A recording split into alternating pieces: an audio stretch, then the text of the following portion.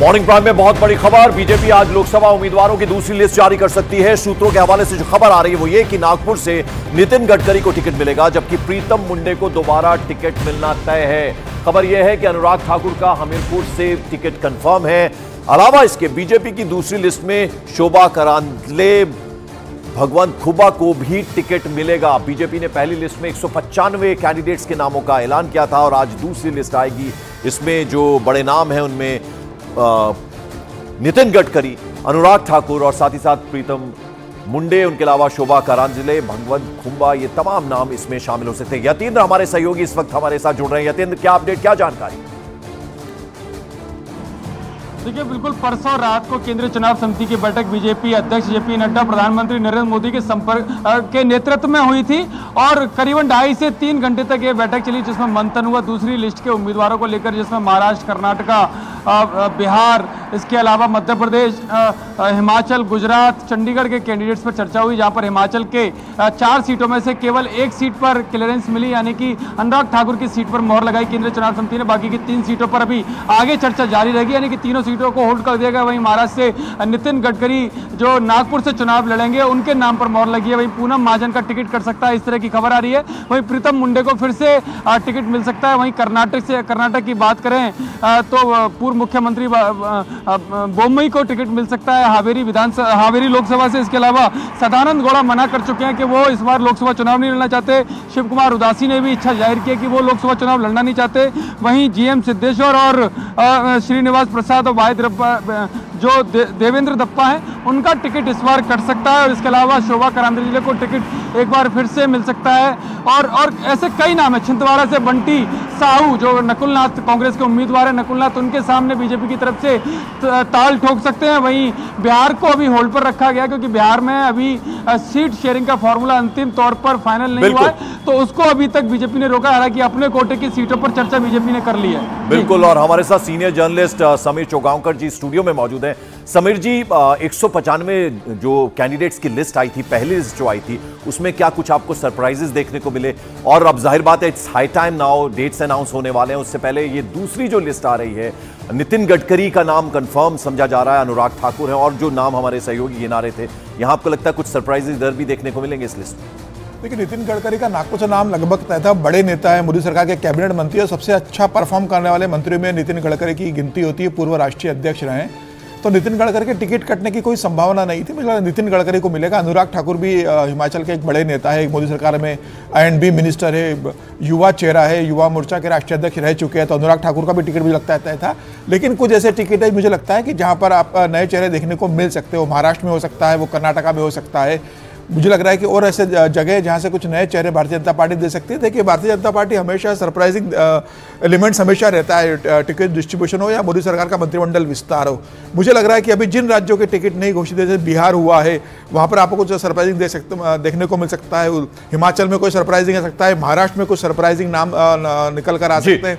इसके अलावा कर्नाटका के अंदर भी भारतीय जनता पार्टी, जहाँ कांग्रेस की सरकार है, तो वहाँ पर भी भारतीय जनता पार्टी इस बार कुछ सरप्राइजिंग नाम दे सकती है। कुछ स्थापित जो 3 और 4 बार के सांसद हैं, उनके टिकट कर्नाटका में कट सकते हैं और नए चेहरों को भारतीय जनता पार्टी। बिल्कुल, जो बात समीर जी कह रहे हैं, बिहार, महाराष्ट्र और हिमाचल में भी 3 सीट जैसा आप बता रहे हैं, वहां पेच अभी फंसा हुआ है। अनुराग ठाकुर की क्लैरिटी है, हमीरपुर की कम से कम, तो यहां सरप्राइजेस हो सकते हैं क्या?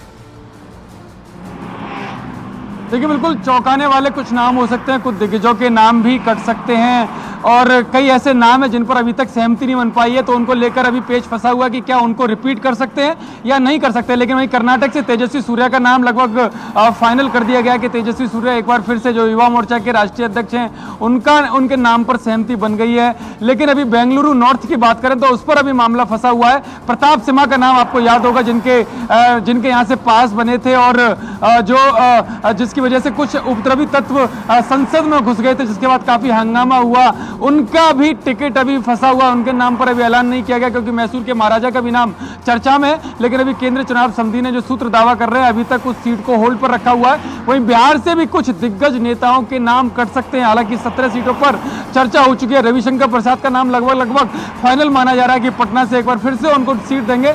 लेकिन केंद्रीय मंत्री अश्विनी चौबे हैं, दूसरे कुछ बड़े लोग जिनके नाम पर अभी तक फैसला नहीं किया गया, यानी कि कुछ ऐसे नाम आ सकते हैं सामने जो दिग्गज नेता नेताओं की जगह पर नए नामों को मौका दिया जा सकता है, तो वो नाम बेहद चौंकाने वाले हो सकते हैं। लेकिन इंतजार है कि जब सीट शेयरिंग का फार्मूला सामने आएगा, चाहे वो बीजेपी बिहार हो, चाहे उड़ीसा हो या बाकी के राज्यों पर जहां पर सीट शेयरिंग को लेकर मामला फंसा हुआ है, तब जब लिस्ट सामने आएगी तो बेहद चौंकाने वाले कुछ नाम जरूर सामने आएंगे। बिल्कुल। तो ऐसे में क्या क्या चीजें ध्यान में रखी जा रही हैं यतेंद्र? विनेबिलिटी एक बहुत बड़ा फैक्टर है, उसके अलावा और क्या क्या फैक्टर्स हैं?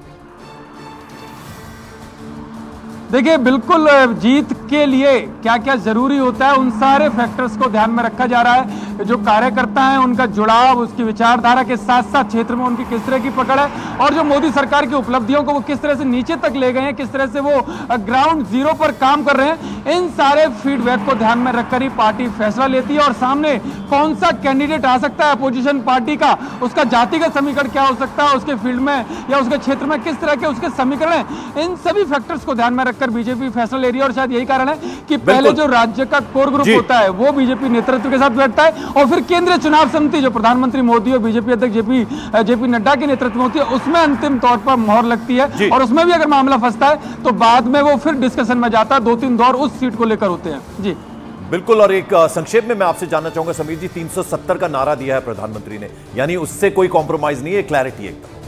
निश्चित रूप से जो 370 का टारगेट भारतीय जनता पार्टी लेकर चल रही है, तो जहां हर सीट पर भारतीय जनता पार्टी देखेगी कि जीतने की संभावना किसकी ज्यादा है। जो जीतने की योग्यता रखता होगा उसे ही टिकट दिया जाएगा। बाकी सारी चीजें भारतीय जनता पार्टी इस समय ध्यान में नहीं देगी, चाहे भले थोड़ा आरोप लगा हो या 75 की उम्र पार कर चुका हो या थोड़ा परिवारवाद का आरोप लगता हो। जीतना सबसे बड़ा क्राइटेरिया होगा, मुझे लग रहा है, इसीलिए पार्टी एक एक सीट पर बहुत ध्यान दे रही है। बिल्कुल। तो दूसरी लिस्ट आज आएगी, 195 नामों की पहली लिस्ट पहले ही बीजेपी जारी कर चुकी है। आगे बढ़ते हैं मॉर्निंग प्राइम में, अब आपको हरियाणा का हाल दिखाते हैं। हरियाणा विधानसभा में अब से थोड़ी ही देर बाद नायब सिंह सैनी जो नए मुख्यमंत्री बने हैं उनकी सरकार का बहुमत परीक्षण होगा, यानी फ्लोर टेस्ट होना है। और उससे पहले बीजेपी ने बड़ा दावा कर दिया, 90 सीटों वाली विधानसभा में बीजेपी 48 विधायकों के सपोर्ट, उनके समर्थन का दावा कर रही है। इनमें 41 एमएलए, 41 विधायक बीजेपी के हैं और 6 निर्दलीय यानी इंडिपेंडेंट और गोपाल कांडा की पार्टी के समर्थन के साथ यह आंकड़ा 48 यानी 48 पहुंच रहा है। बहुमत के लिए, मेजॉरिटी के लिए 46 का आंकड़ा है हरियाणा विधानसभा में। तो ऐसे में जो नंबर है वो एकदम माकूल है, उसमें कोई दिक्कत नहीं है। और इस बात को नायब सिंह सैनी पहले ही कह चुके हैं, यानी मेजॉरिटी में किसी तरह की फ्लोर टेस्ट में कोई दिक्कत नहीं आने वाली है। 41 बीजेपी के पास हैं, 6 निर्दलीय हो जाते हैं, गोपाल कांडा है, तो ऐसे में 48 की वो बात कर रहे हैं, यानी मैजिक नंबर से भी 2 ज्यादा हैं। और पूरे कॉन्फिडेंट वो हैं कि फ्लोर टेस्ट आराम से पास कर लेगी बीजेपी। यतेंद्र हमारे पॉलिटिकल एडिटर चंडीगढ़ से लगातार हमारे साथ बने हुए, किसी तरह का कोई खतरा नहीं है, बहुत ही ज्यादा कॉन्फिडेंट नजर आ रहे हैं नायब सिंह सैनी। यतेंद्र